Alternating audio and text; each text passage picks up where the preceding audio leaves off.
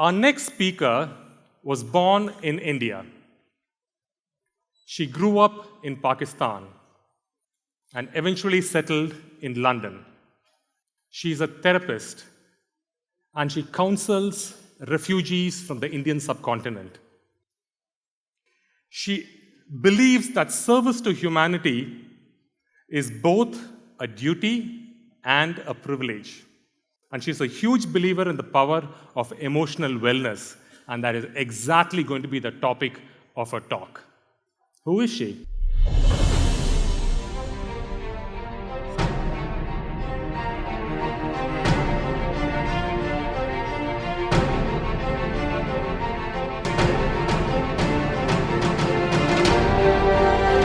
Ladies and gentlemen, all the way from London, please give a warm Chennai welcome to Naseem Jivraj. I believe I am amongst the most fortunate people in this world. And yet, I had reached a point in my life where I suffered symptoms of worry, stress, and anxiety. Emotional well-being is crucial for your health and for your success, both privately and in your public life. So, what is emotional well-being? From my perspective, it is a state where an individual is able to reach their potential. They are able to cope with normal stresses in life. They're able to be productive and fruitful. And very importantly, also be able to contribute to society and to their communities. Therefore, I think that it is vital that we give some attention to this phenomenon that we experience, and that there should be no stigma nor any negativity towards this endeavor. I am very grateful for this opportunity, and I'm also humbled. So thank you very much for listening to me. What I'd like to do today is two things. One, I'd like to share my story for the very first time, because I suffered in ignorance, and I don't wish that on anybody. So I will share my story with examples. And I'd also like to leave you with a technique that I have used, which is the technique of emotional intelligence, with the hope that you may find it helpful. So what is my story? It is a story of an individual who suffered in ignorance. So for many years, I have felt at unease in myself and in my relationships. I would feel emotionally not calm. And physically, I would suffer things like sweaty palm, or a very thudding heartbeat, or a churning in my stomach. But you know what? I thought this is normal. This is me. It's just how it is. This then developed into extreme exhaustion. And I would say that the quality of my life was pretty inadequate. But again, I'm the kind of girl who does a million things, and I carried on doing that. Finally, some 5 years ago, I had to face some very unexpected and critical life events at the same time as I was writing my exams to complete my master's. Resolution of these crises and completing my master's took 4 challenging years. And by the end of that, I had physical symptoms of stomach burning, joints aching, muscle stiffness, extreme exhaustion, and I was falling asleep all the time. Emotionally, I was low. I just wanted to curl up and forget everything. I had reached a point of crisis. I was a shadow of the person I used to be. It was a scary place in many ways because I have a million things I want to do. But at that point, nothing seemed achievable. So I said to myself, Naseem, you've got to stop. And you've got to understand So as a normal person would do, I went to the doctors. I went to every specialist I could find for all my physical symptoms. And I got a clean bill of health. So I said, well, I guess I need to rethink this. And this is what I reasoned. I reasoned that I'm always with myself. Wherever I go, there I am. And I'm also myself through my relationships. I'm a wife, I'm a mother, I'm a daughter, a sister, a friend, someone who works in the community. So that followed then that I must understand myself, the other, my relationships, and how might that be affecting me. So I went on a bit of an exploration and investigation, and I came across the concept of emotional intelligence. Essentially, what this means is that you have to have the ability and the courage to recognize your emotions and then accept them. Then you need to understand where it's coming from, how can you manage them appropriately, and express them suitably. Okay, I know, it sounds complicated, but let me explain it through my own personal example. So I began my journey by speaking to someone I totally trust and who I know cares for me. My dear husband, who's sitting right here. And I guess you were going to say, I'm emotional and he is intelligent. And I think you would be right. He, of course, as most men do, told me, blank face, this is what I think. This is my observation of how you live your life. And guess what? I hated it. I went off in denial. I got defensive. And I went off in a huff and a sulk. It was very difficult to tap into those sensations that I have kept locked away for years and years and years. They're unhealthy bits about me that I have not gone near. Even the nice things he said about me, I rubbished them, as though I said, you're just trying to make me feel better. Anyways, as one does, I had to get out of this state of denial, and I said to myself, Naseem, you can do it. You surely can. And so this is what I did. I reckoned that it begins with me. It has to begin with me. Let me explain. Have you not ever experienced to be listened to with honesty and compassion? Have you not listened to somebody with honesty and compassion? Have you not reflected and come up with ideas that you have connected with people on? We are all born with this capacity to listen, to reflect, and to connect. And that is what we need to do, but this time we need to aim it inwards. I think that we are all champions of emotional intelligence in our own unique way. Believe you me. So let me illustrate with an example. When I reflected inwards, I realized that what my husband was saying was right. I now was ready to peep in to that thing that I keep locked away. It needs courage, and it needs support, and it needs compassion. I realized that yes, I do suffer from low confidence. So I have now recognized it, and I have accepted it. That is your first feat to overcome. Now that I had done that, I was on a mission. I needed to figure out why. I had to understand where it was coming from. So I reflected and I said, actually, in my school days, I always compared myself to the brightest and I fell short in my eyes. Then all the friends applied for med school, many of them gotten. I didn't. Huge blow. Then I got married extremely young. I didn't finish my undergraduate degree. And then when I compared myself to the people around me, I felt inferior. By now, I had written myself off as dumb and an academic failure. Coupled with that, what I had also done, I had picked up from society the narrative that to be beautiful, you have to be slim, tall, and fair.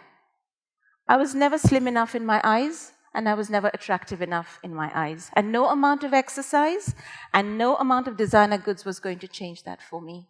So now I had picked up this unhealthy habit, a perpetual way of looking at my world through an unhealthy lens. Okay, you may say, she's being foolish, she's being childish. And maybe you are right. But these emotions were real for me. This is how I felt, almost like a child in me had never grown up. And as a result, I was always trying to be perfect. I was always looking for assurance from others for my self-esteem. I was looking outside to feel good inside. It doesn't work. It only causes tiredness and upset. Now, I do something very different. I reflect. I stop negative narratives in my head. I challenge them. I ask where they are coming from. Where is the evidence? I talk to myself encouragingly. I write to clear my thoughts, or I talk to someone I trust. I meditate. That is very important. I exercise. And I try to eat healthily. I may cheat on the weekends, but I try to eat healthily. I am not saying that this is easy at all, ladies and gentlemen. Please don't misunderstand me. But it is worth the slog. What I also found, very interestingly, is that as I started understanding my perfectly imperfect self, I was able to be empathetic to the perfectly imperfect other. We all have emotional challenges, and we are all perfectly imperfect. Let me share it with an example again to illustrate. So one of my children, I have 4 beautiful children. One of them would wake up in the morning with a stomach cramp and would miss school. And magically, by mid-morning, the stomach cramp would disappear and the doctors found no explanation. In the past, I would have gotten angry with her and I would say, you're just pulling the wool over my eyes, off to school. Now the new person said, okay, let's sit down. Let's listen to what is going on. Let's be compassionate. Let's talk. We unpicked the situation, and in this instance, this child was encountering bullying and friendship problems at school. Now that's not nice. It can leave a scar on you. And I am so glad that we were able to talk about it and we were able to help each other on our own journeys of our own emotional challenges. Let me give you another thing that I have discovered. You know, change begins with you. But once you have started that journey, it spreads. And it's very beautiful. It spreads because people start modeling what they are seeing in you. And again, let me illustrate with an example. And this time it is about my dear husband. So he kind of recognized that he was emotionally quiet. You know, he was not an emotional man. And he accepted that, yes, his approach was a bit disciplinarian. Now that he had accepted that and recognized that, he was on a mission to find out how and why. So he realized that actually, in fact, by the age of 8, he was already in boarding school in the 70s. And the modus operandi there was you don't show your emotions. Everything was disciplined. And all he was doing was he was modeling an old-fashioned, outdated way of being. And that was in fact causing quite a lot of stress in the home environment. The children were uncomfortable because his approach was not conducive.